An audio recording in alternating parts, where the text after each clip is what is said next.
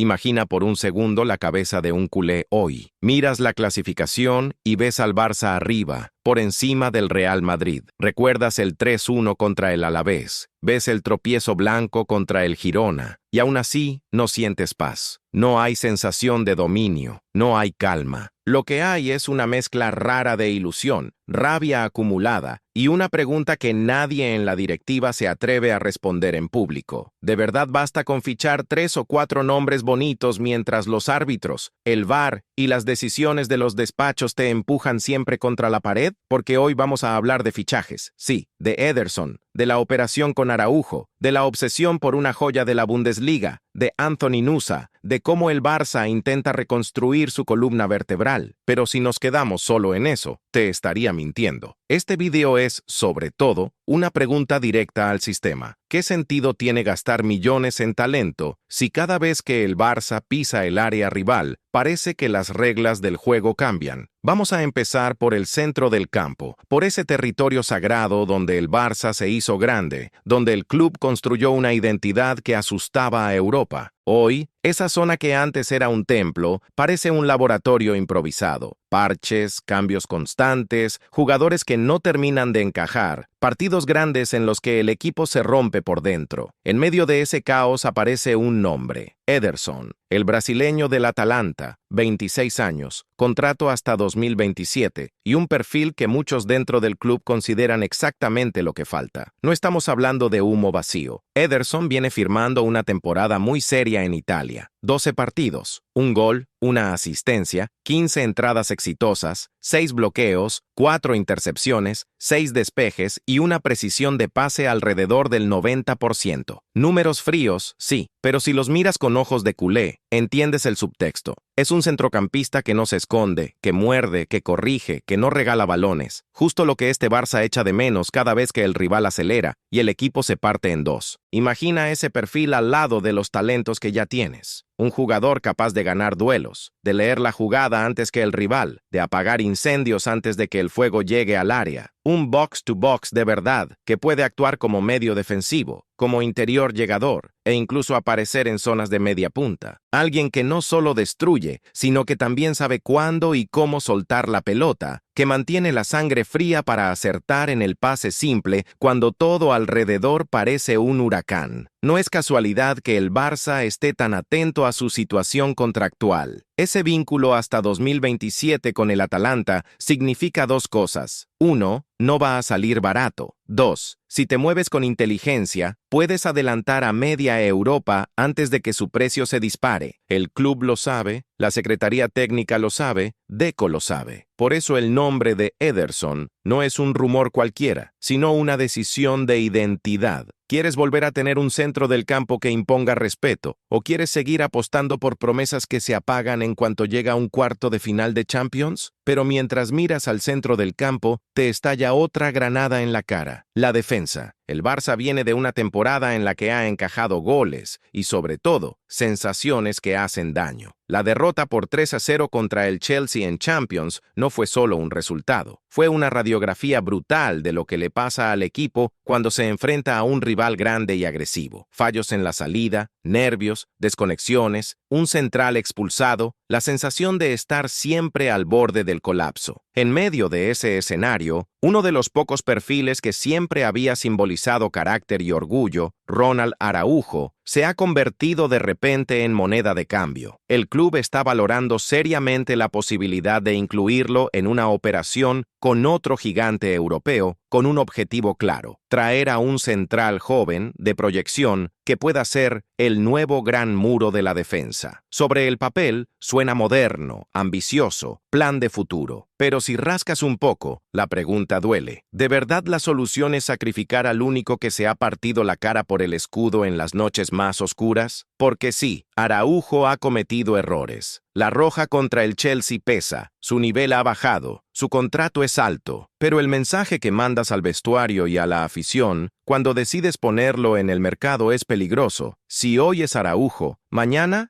¿Quién? ¿Quién será el próximo en ser señalado para tapar con un fichaje brillante todo lo que el club no se atreve a reconocer públicamente? Los problemas de estructura, de proyecto, de valentía deportiva no se arreglan cambiando cromos en verano. Y aquí entra la obsesión por la promesa perfecta. El Barça mira hacia la Bundesliga buscando a ese central joven, rápido, agresivo, con salida limpia, que pueda convertirse en el nuevo jefe de la saga. Es el perfil que enamora a las direcciones deportivas modernas. Físico, técnica, edad. Alguien que puede revalorizarse, que seduce al algoritmo y a los informes de scouting. Pero el fútbol no se juega en Excel. La pregunta otra vez es incómoda. ¿Este chico está preparado para llegar y mandar en el Camp Nou en una semifinal de Champions? ¿O solo estamos comprando ilusión para tapar los agujeros de ahora? Si miras el verano pasado, la película se repite. El mercado fue calificado internamente como insuficiente. Llegaron Marcus Rashford desde el Manchester United y un talento joven procedente del Copenhague, pero para un club del tamaño del Barça, eso fue poco. La sensación fue de oportunidad perdida. Mientras otros gigantes se reforzaban con 3 o 4 titulares, el Barça se conformaba con movimientos que parecían más de supervivencia económica que de ambición deportiva. Por eso ahora, además del centro del campo y el eje defensivo, la palabra extremo se ha convertido en una prioridad absoluta. Hansi Flick sabe que este equipo necesita desborde, 1 contra 1, desequilibrio puro. Necesita a alguien que, cuando el partido esté bloqueado, pueda inventarse una jugada de la nada. Ahí entra el nombre de Anthony Nusa, la joya del RB Leipzig, que ha encendido todas las alarmas positivas en los despachos blaugranas. Nusa, de apenas 20 años, es todo lo que la grada del Camp Nou añora desde hace tiempo. Descaro, velocidad, cambio de ritmo, ese tipo de jugador que encara aunque falle, que vuelve a intentarlo, que obliga a las defensas rivales a vivir en paranoia constante. Juega principalmente por la izquierda, pero puede moverse por todo el frente de ataque. Extremo derecho, falso 9, segunda punta. En un fútbol cada vez más encorsetado, su capacidad para salirse del guión lo convierte en un arma de otro nivel. No es casualidad que Deco y Joao Amaral hayan seguido de cerca sus partidos, incluso en duelos internacionales como ese Italia versus Noruega que despertó tantas conversaciones internas. Verlo marcar, verlo ganar duelos, verlo pedir la pelota sin miedo contra defensas consolidadas fue la confirmación que necesitaban muchos en el Barça. Este chico no es solo un highlight de YouTube,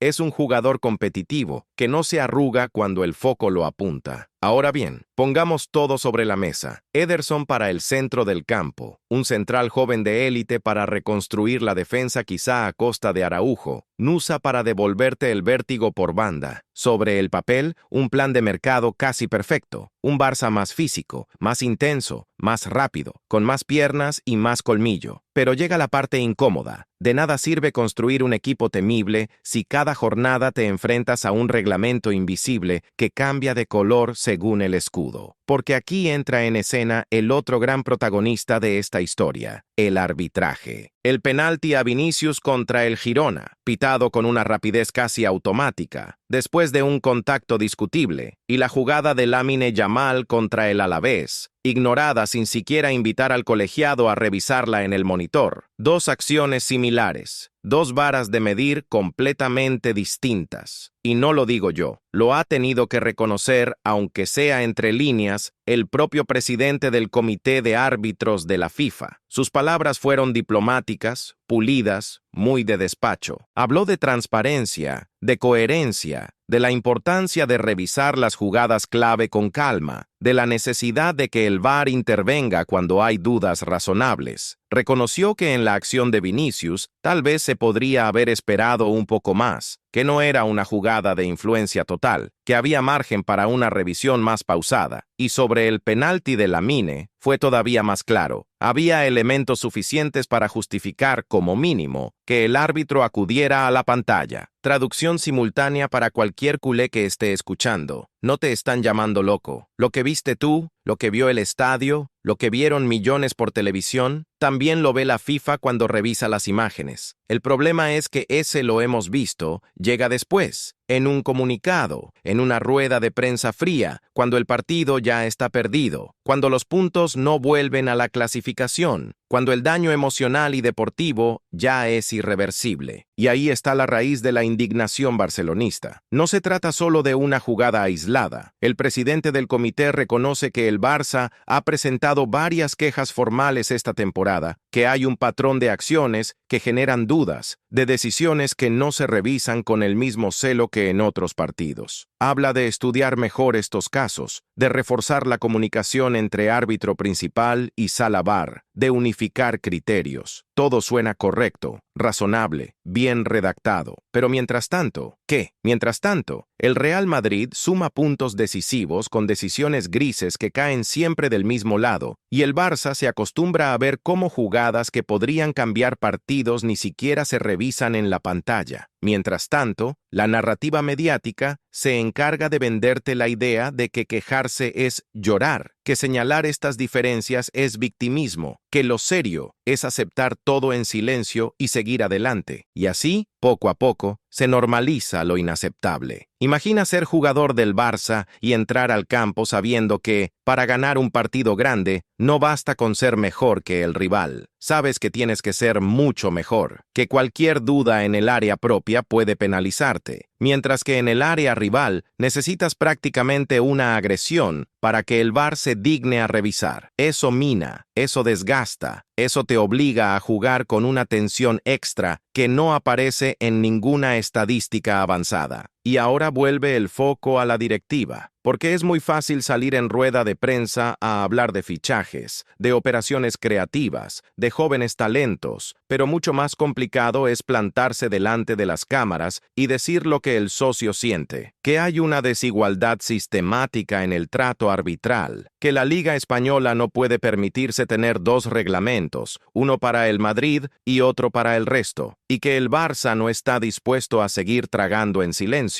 Pero el club parece instalado en una especie de tibieza calculada. Protesta a puerta cerrada, filtra malestar a algunos periodistas, manda informes, sí, pero públicamente el discurso es siempre el mismo. Respeto a los árbitros, errores para todos, hay que seguir trabajando. Y mientras tanto, la presión real llega a los únicos que no tienen poder para cambiar nada, los jugadores y el entrenador, cuestionados cada jornada por una afición que no siempre tiene toda la información. Por eso este mercado que se viene no es solo una cuestión de nombres, sino de mensaje. Si el Barça se lanza con todo a por Ederson, si decide sacrificar a Araujo para traer un central joven top, si apuesta fuerte por Anthony Nusa, la pregunta no será solo ¿mejoramos el 11? Sino ¿estamos dispuestos a defender en los despachos lo mismo que queremos construir en el césped? Porque si no, lo único que estás haciendo es vestir a un gigante para seguir compitiendo en un tablero trucado. Pongamos un escenario muy concreto. Imagina un Barça reforzado, con un mediocampo más sólido, una defensa más equilibrada y un ataque con más chispa. Imagina que llegas a unos cuartos o semifinales de Champions o a un clásico decisivo por la Liga. El equipo compite, domina tramos, genera ocasiones, y de repente, en el minuto 75, una acción dudosa en tu área se revisa durante 3 minutos hasta encontrar un contacto que justifique penalti en contra. 10 minutos después, jugada similar en el área rival, el árbitro hace un gesto con la mano y dice, sigan. ¿Te suena? ¿Te suena demasiado? Si el Barça no aprovecha la presión actual, las declaraciones de la FIFA, las evidencias acumuladas esta temporada, para empujar un cambio real en el arbitraje español, lo que está haciendo en la práctica es condenarse a revivir el mismo trauma una y otra vez. Podrás cambiar nombres, podrás ilusionarte con la llegada del nuevo Busquets, del nuevo Puyol, del nuevo Neymar, pero si el sistema sigue igual, tus opciones de volver a dominar Europa seguirán dependiendo más de factores externos que de tu propio trabajo. Y aquí entra en juego algo que va mucho más allá del presente, la identidad histórica del Barça. Este club nació y creció no solo como un equipo de fútbol, sino como un acto de resistencia. Un espacio donde Cataluña se reconocía a sí misma frente a poderes que intentaban silenciarla, Durante décadas, el Barça fue más que un club, precisamente porque no se conformaba con sonreír para la foto oficial y callar. Hoy mucha gente siente que ese espíritu se ha diluido en un océano de discursos de marketing. Recuperar esa esencia no significa entrar en teorías de conspiración vacías, ni convertir cada partido en un drama institucional. Significa algo mucho más simple, y al mismo tiempo, mucho más valiente. Decir lo que es evidente cuando es evidente. Defender a tu gente cuando tienes argumentos. Dejar de comportarte como un invitado agradecido en una liga que también es tuya, no solo del eterno rival. No es llorar, es autodefensa deportiva e institucional. Entonces, ¿dónde encajan Ederson, el central de la Bundesliga, Nusa y todos los nombres que van a sonar en los próximos meses? Encajan si forman parte de un proyecto coherente, un Barça más físico, más intenso, más preparado para soportar partidos sucios, arbitrajes difíciles y contextos hostiles. Jugadores que no solo sepan jugar bonito cuando el árbitro permite, sino que también sepan sobrevivir cuando el partido se convierte en una batalla de nervios. Porque si algo nos ha enseñado esta temporada es que el Barça no puede seguir siendo ingenuo. No puede depender exclusivamente del día en que todo sale perfecto. El césped, el árbitro, el VAR, la puntería. Necesita un equipo capaz de imponerse incluso cuando el entorno no ayuda. Y eso no se logra solo con talento. Se logra con carácter, con perfiles que no se hunden al primer golpe, con un club que transmite hacia adentro el mismo mensaje que la afición grita desde la grada. No vamos a aceptar más desigualdad. Ahora te toca a ti, como culé, como aficionado al fútbol, como persona que se traga los 90 minutos y no solo los highlights del día siguiente. ¿Te ilusiona la idea de ver a Ederson mandando en el centro del campo del Barça? ¿Crees que tiene sentido poner a Araujo en el mercado para traer a un central joven perfecto de laboratorio? ¿Apostarías fuerte por Anthony Nusa como el próximo gran desequilibrante del equipo? Y sobre todo, ¿de qué sirve todo eso si el VAR y los árbitros siguen aplicando criterios diferentes según el color de la camiseta? Déjame tu opinión en los comentarios. No te guardes nada. ¿Qué sentiste cuando viste el penalti de Vinicius? Y cuando no se revisó la jugada de Lamine. ¿Te parece que el comunicado de la FIFA es un paso serio hacia el cambio o una forma elegante de decir, sí, vimos lo que pasó, pero no vamos a mover demasiado el árbol? Tu voz, la voz del aficionado, es lo único que no pueden controlar desde los despachos. Si llegaste hasta aquí, es porque este tema te toca de verdad. Por eso te pido que no solo te quedes mirando desde la barrera. Suscríbete, deja tu like, comparte este video con ese amigo culé que siempre discute de arbitrajes contigo, con ese madridista que dice que son cosas del fútbol, con quien quieras. Cuanto más se hable de esto, más difícil será para los de arriba seguir fingiendo que no pasa nada. Porque el futuro del Barça no se decide solo en el mercado de fichajes. Se decide en cada jugada polémica que se revisa o no, en cada rueda de prensa donde el club elige callar o hablar, en cada verano en el que decides si vas a seguir maquillando los problemas o por fin te vas a enfrentar a ellos. Y